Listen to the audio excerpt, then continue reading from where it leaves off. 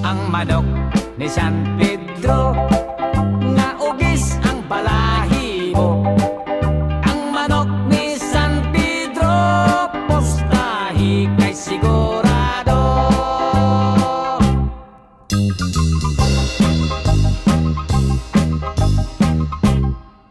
Si Esteban intaon gimorder sa mga gons. Pagsaka niyas langit si San Pedro na hibulong. Ay wala pa sa panahon, di pa balik, di pa ay siya return. May manok pang gipabalon si San Pedro nga bungoton. Nahibalik sa kalibutan ang sugarol nga Esteban.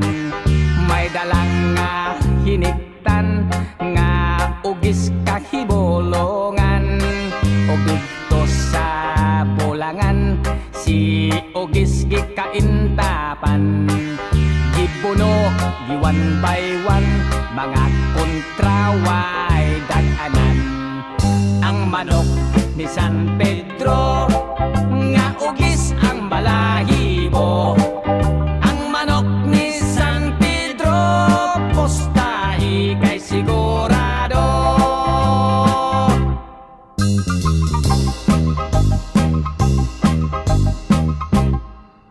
Ang kabus nga Esteban mikalit ka adunahan. Manok di alimahan sa salapi daw minahan. Sa tanan na sultada di man gani hitoy-an. Ang manok ni San Pedro nga nang haod sa bulangan. Si Don Miguel nga tikasan gisurambaw si Esteban. Si ugis iyang hiniktan gikawat giilisan.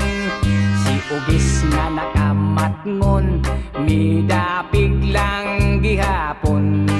Nitiban nga iyang agalon si Don Miguel Gipordoy noon. Ang manok ni San Pedro nga ugis ang balahibo. Ang manok ni San Pedro postahi kay sigurado. Ang manok ni San Pedro nga ugis ang balahibo. Ang manok ni San Pedro postahi kay sigurado.